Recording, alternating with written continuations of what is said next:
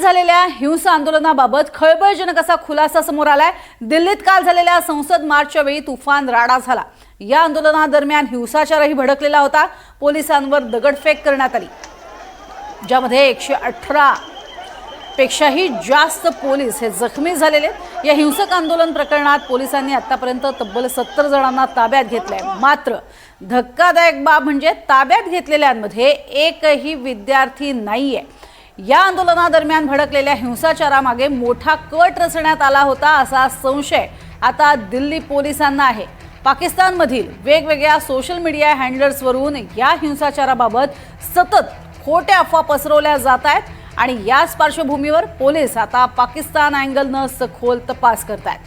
त्यामुळे काल झालेल्या आंदोलनात बहुसंख्य विद्यार्थी आपल्याला पाहायला मिळाले। मात्र ज्यांना ताब्यात घेण्यात आलेलं होतं असे जे लोक होते ते मात्र विद्यार्थी नाहीयेत आणि असे 70 जण ताब्यात घेण्यात आलेत। आणि या संदर्भातली अधिक माहिती आपल्याला घ्यायची आहे। रामराजे शिंदे आमचे प्रतिनिधी सध्या आपल्या सोबत आहेत। रामराजे, खरं तर अतिशय धक्कादायक प्रकार आहे की इतक्या सगळ्या विद्यार्थ्यांमध्ये जे सापडलेत ते विद्यार्थी नाहीयेत। कशा पद्धतीने हे पाकिस्तान कनेक्शन?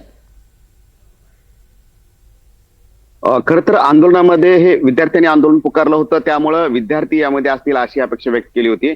परंतु अचानकपणे जो मोठा युवक वर्ग आलेला आहे तर त्यामधले अनेक जण हे विद्यार्थी नसल्याचं समोर आलेलं आहे।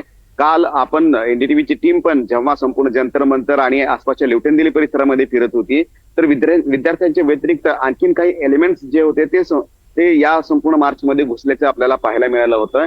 आणि आज सुद्धा तेच सिद्ध होतंय की असे काही लोक घुसले होते की ज्यांचा या एज्युकेशनशी काही संबंध नव्हता, त्याचबरोबर त्यांचा ते विद्यार्थी पण नव्हते, असे लोक घुसले होते। त्यांच्या हातामध्ये काहींच्या हातामध्ये दगड होती, त्यामुळे वातावरण चिघळवण्याचा प्रयत्न जो आहे तो या माध्यमातून करण्यात आला होता। आणि या सगळ्या गोष्टीसाठी कुठून तरी फंडिंग होत होतं, कुठून तरी पाठबळ मिळत होतं, हे मात्र आता समोर आलेलं आहे। परंतु यामध्ये पाकिस्तान कनेक्शन हे स्पष्टपणे दिसून येते, कारण अस्थिरता माजवणं, अधिवेशनाच्या कालावधीमध्ये संसदेमध्ये घुसण्याचा प्रयत्न करणं, दगडफेक होणं म्हणजेच की ही नॉर्मल गोष्ट नाहीये, तर सगळ्यात महत्वाची गोष्ट आहे। आणि आताच्या या अधिवेशनाच्या दरम्यान राष्ट्रपती दिल्लीत आहेत, उपराष्ट्रपती आहेत, पंतप्रधान आहेत, गृहमंत्री आहेत, सर्व मंत्री आहेत, त्याचबरोबर खासदार आहेत 545 आणि त्या व्यतिरिक्त सुद्धा महत्वाचे ब्युरोक्रॅट्स आहेत, अधिकारी आहेत, IAS आहेत, IPS आहेत।